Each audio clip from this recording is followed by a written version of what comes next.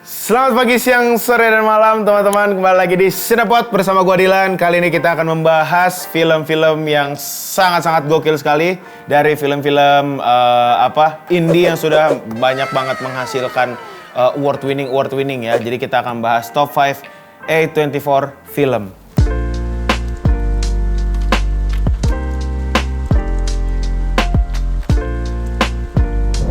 Jadi untuk pertama-tama teman-teman gue jelasin dulu info dasar ya, penjelasan dasar tentang apa itu A24. Jadi A24 ini sebuah perusahaan kecil yang dibuka tahun 2015 apa kalau nggak salah ya. 2012 ternyata ya. 2012 yang sekarang sudah bertumbuh besar dengan sangat pesat ya, dan mereka sering juga membantu film-film indie yang meminta bantuan kepada perusahaan A24 ini teman-teman. Dan A24 ini sangat unik, bisa dibilang sangat unik. Dan ciri khasnya itu adalah dia punya color grading yang unik teman-teman. Setiap filmnya memiliki color grading yang unik, terus memiliki vibe yang unik juga, dan tidak dibatasi oleh genre. Jadi banyak banget film A24 yang genrenya tuh aneh-aneh. Jadi genre misalkan komedi dicampur apa gitu, atau horor dicampur apa, pokoknya aneh-aneh, tapi ternyata malah membuahkan karya-karya yang bagus sekali. Bahkan banyak sekali yang mendapatkan award winning di ajang-ajang penghargaan yang besar di Hollywood dan mancanegara lainnya teman-teman. Jadi itu dia untuk penjelasan sedikit soal apa itu A24 ya teman-teman ya. Dan A24 ini sangat-sangat mengedepankan ide dibanding budget ya teman-teman ya. Jadi banyak sekali film A24 yang dikeluarkan dengan ide-ide yang besar sekali, yang bikin orang mind blowing gitu ya. Wah gila, ternyata orang bisa bikin film seperti ini. Ternyata bisa ya ada orang kepikiran film seperti ini dengan budget yang sangat-sangat minim teman-teman. Budget minim juga itu bukan karena sangat-sangat depres, tapi karena treatmentnya yang sangat baik. Jadi tidak ada ataupun sedikit ya budget-budget yang overlap gitu teman-teman. Dan hasilnya juga kacau-kacau bro, keren sekali. Nah, untuk yang pertama di list 5 film ini, yang pertama gua punya Lady Bird. Jadi Lady Bird ini tayang rilis di tahun 2017 yang disutradari oleh Greta Gerwig teman-teman ya. Jadi Greta Gerwig ini sempat menjadi penulis atau apa gitu ya di film Barbie. Orang-orang udah pada tahu lah ya, orang-orang yang di dunia sineas sudah pada tahu gimana skill dan kemampuan yang dimiliki oleh Greta Gerwig ini. Dan film ini, Lady Bird ini adalah film pertama yang disutradarai oleh Greta Gerwig. Jadi itu dia kenapa film ini bisa bagus sekali, karena orang-orang masih belum menyangka kalau Greta Gerwig bisa mensutradarai film sampai sebagus ini teman-teman. Jadi ini adalah film debut dari Greta Gerwig sebagai sutradara, dan menceritakan tentang seorang pemudi yang sekolah di sekolah SMA Katolik pokoknya sekolah SMA Katolik gitulah ya, yang ada di salah satu kota di Amerika. Dan ceritanya tuh drama-drama biasa aja, kayak drama-drama anak muda yang putus cinta, punya masalah dengan orang tuanya, tapi dikemas dengan sangat unik, rapih ya teman-teman ya. Dan dramanya juga kayaknya berbeda dengan drama-drama lainnya. Seperti yang kita tahu kalau misalnya A24 itu pasti sangat-sangat berbeda dari segi jalan cerita, dari segi konflik segala macam, sangat-sangat berbeda dengan film Hollywood lainnya. Itu dia kenapa A24 sangat mudah untuk bertumbuh pesat dan sangat mudah untuk berbalap-balapan ya, dengan bersaingan dengan film-film Hollywood lainnya. Kalau misalnya gue lihat dari film Lady Bird ini sendiri ya teman-teman ya. Jadi Lady Bird ini itu dia memiliki nuansa-nuansa yang gloomy, ada nuansa yang happy-nya juga, dan di sini dia tuh punya komedinya dapet, dramanya dapet. Jadi bisa bikin lu nangis, tiba-tiba bikin lu ketawa lagi, tiba-tiba bikin lu nangis lagi dengan jalan ceritanya. Kalau misal lu penasaran gimana filmnya, silakan langsung lu tonton sendiri aja. Coba cek di platform nonton favorit lo. Kalau misalnya nggak ada, lo bisa nonton di bioskop ilegal. Oke, kita langsung masuk ke nomor 4. Nomor 4 kita punya Ex Machina yang disutradari oleh Alex Garland ya teman-teman ya. Jadi Ex Machina ini itu rilis pada tahun 2015 teman-teman, sama seperti film Lady Bird yang tadi kita bahas. Jadi ini juga sama-sama menjadi film debut sutradara dari Alex Garland. Ini adalah film debutnya Alex Garland yang berjudul Ex Machina. Jadi Ex Machina ini adalah sebuah film di mana seorang CEO kaya ya, CEO kaya, teknisi yang sangat-sangat jenius yang diperankan oleh Oscar Isaac. Dia itu mengundang seorang programmer yang masih beginner ya teman-teman, yang masih junior, nggak pinter-pinter banget, nggak bego-bego banget, dan itu diperankan oleh Domhnall Gleeson ya. Nah, mereka berdua ini menjalankan sebuah perusahaan teknologi yang di mana mereka itu mengupgrade, membuat sebuah robot yang digerakkan oleh AI. Dan perusahaan ini tuh tempatnya di sebuah estate yang jauh dari apapun lah ya, jauh dari warga, jauh dari kehidupan kota, jauh dari apapun. Pokoknya dia benar-benar kayak estate private gitu teman-teman. Dan disitulah dimana mereka banyak sekali mendapatkan perselisihan, kesalahpahaman, terus perseteruan ya. Dan dimana Domhnall Gleeson ini si programmer ini juga jatuh cinta dengan si robot ini teman-teman. Dan si robot ini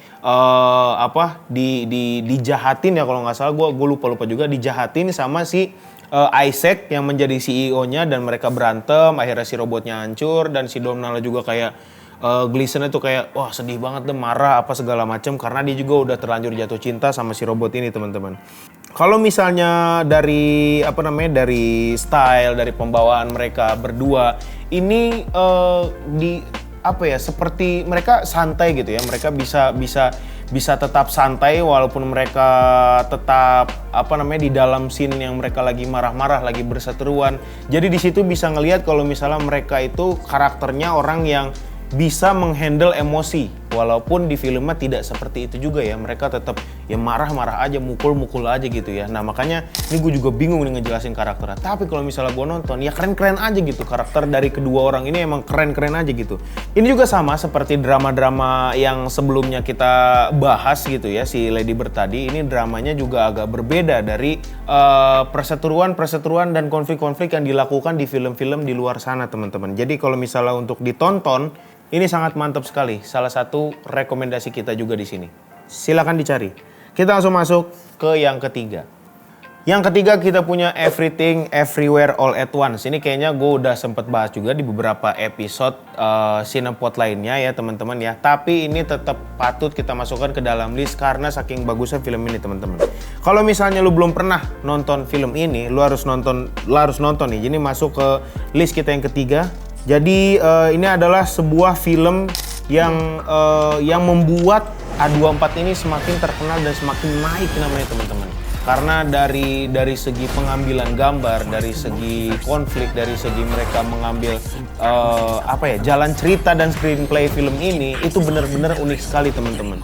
Kebanyakan tempat yang mereka pakai itu cuma beberapa tempat doang. Mereka nggak pakai banyak tempat. Mereka cuma pakai tempat di mana seorang pengusaha laundry ini memiliki masalah secara finansial, emosional, dan mereka ini harus berseteru dengan banyak hal lah pokoknya ya. Dan gak cuma itu aja, tiba-tiba dia mendapatkan si pengusaha ini mendapatkan masalah lagi, dan masalah ini itu dari dimensi lain gitu, dimana si pengusaha ini itu dia bisa merasakan dan menjadi tanggung jawab ya, membawa tanggung jawab untuk membenarkan realita kita sekarang teman-teman. Jadi kalau misalnya sewaktu-waktu dia salah pilih di kehidupan nyata sekarang nih, ceritanya kita udah nggak ada di sini, kita udah tiba-tiba udah mati, atau mungkin kita menjadi sebuah laci mungkin ya. Jadi gitulah pokoknya teman-teman ya. Jadi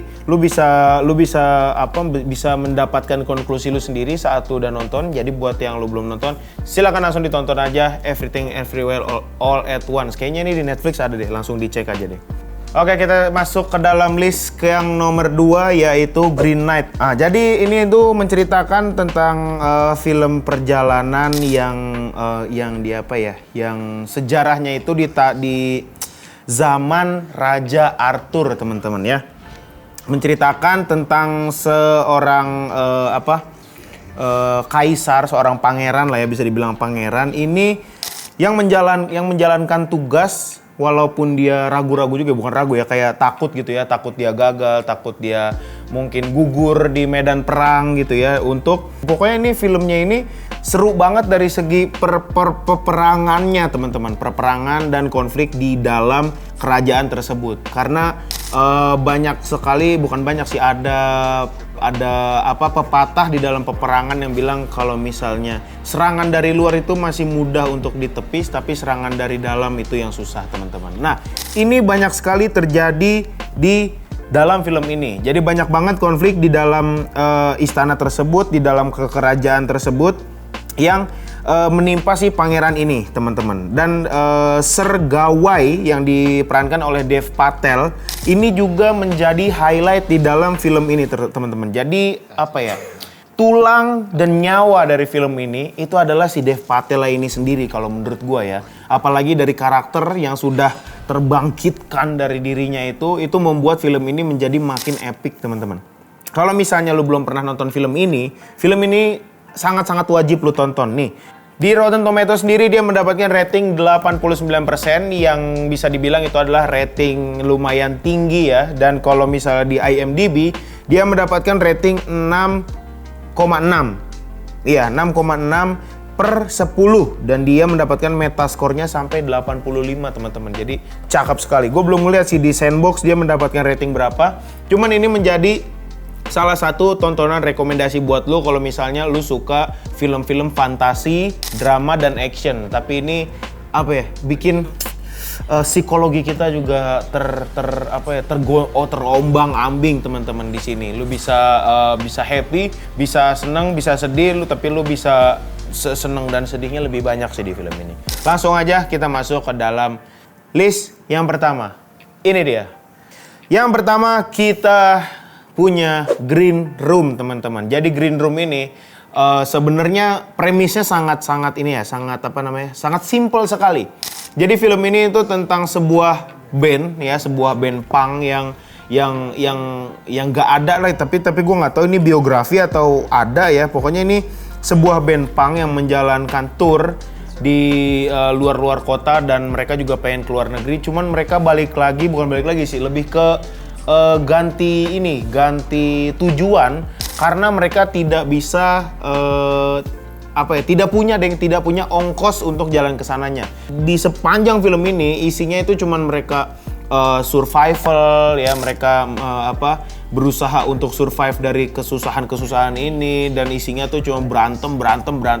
Tapi di luar itu semua, teman-teman, karakter terus plottingnya juga cakep banget, dan konflik yang ada di dalamnya itu sangat-sangat tebal sekali, teman-teman. Dimana mereka ngeband di salah satu bar yang ada di kota apa gua nggak tahu, lupa namanya. Dan isinya ternyata di dalam bar itu isinya orang-orang Nazi, teman-teman. Jadi orang-orang Nazi ini pas nonton pertunjukan dari si band punk ini, mereka tuh banyak nggak senang. Akhirnya mereka semua berantem dan banyak yang dibunuh-bunuhin.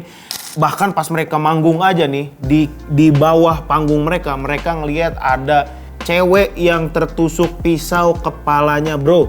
Oh itu aneh deh, ini pokoknya plottingan film ini aneh banget, unik banget. Tapi mereka mendapatkan banyak sekali penghargaan di luar sana, teman-teman. Karena dari color gradingnya yang tadi gue bilang, angle yang mereka ambil itu udah kayak angle action. Walaupun ini adalah bisa dibilang action, bisa dibilang thriller juga kali ya. Thriller juga enggak juga sih. Pokoknya lu tonton aja deh biar lu nggak penasaran. Pokoknya ini worth it banget buat lu tonton. Dan banyak sekali aktor-aktor dan aktris-aktris yang tidak lu sangka ternyata ada di dalam film ini. Kalau misalnya lu belum terlalu penasaran dengan sinopsis yang gue ceritakan, lu bisa langsung nonton trailernya aja, udah pasti ada di YouTube. Kalau lu suka dengan trailernya, langsung lu mampir aja ke filmnya. Ini kayaknya ada di Amazon kalau nggak salah. Tapi kalau misalnya nggak ada, lu bisa cari, terserah lah lu mau kemana. Mungkin lu minta temen lu yang mungkin ada filmnya atau apa segala macam, lu cari aja. Kira-kira itu dia top 5 A24 film yang gua bahas untuk di episode kali ini. Untuk top 5 lainnya akan gua bahas di episode-episode Cinepot lainnya, teman-teman. Kalau misalnya lu punya masukan-masukan untuk gua. Kalau lu punya rekomendasi film buat gua, boleh tulis di kolom komentar. Cuman nextnya ini gua pengen bahas film-film Korea. Jadi kalau misalnya lu punya rekomendasi film Korea atau mungkin series ya yang lagi hype atau yang upcoming gitu ya, lu bisa langsung tulis aja di kolom komentar. Karena kalau di film Korea sendiri, gua bukan gak nonton sih, cuman gak terlalu hafal aja, gak terlalu hafal siapa yang lagi upcoming, siapa yang baru pengen siapa yang upcoming, siapa yang udah tayang terus masih hype. Lu bisa tulis aja di kolom komentar apa nama judul filmnya dan di mana bisa gue tonton. Ntar bakal gue tonton dan bakal gue review di sini dengan pendapat gue pribadi. Oke, langsung aja tulis di kolom komentar teman-teman. Kira-kira segitu aja dari gue Dilan. Sampai jumpa di episode-episode lainnya. Jangan lupa like, comment, dan subscribe Cinemax, channel YouTube Cinemax, dan juga jangan lupa follow sosial media kita, Instagram, Facebook, Twitter, segala macam di @cinemaxnews ya teman-teman ya. Di situ kita memberikan banyak sekali berita dan segala macam, meme juga ada, pokoknya random banget tapi seru terus. Kira-kira gitu aja, gua Dilan pamit undur diri. Keep roll and cut.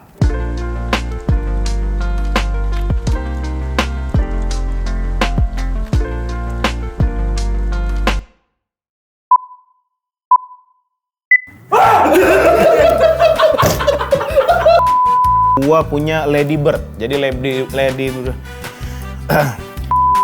Selamat pagi, siang, sore, dan malam teman-teman. Aduh, pecah lagi suara gue. Ini apa sih itu yang kata itu, Bang Ucup?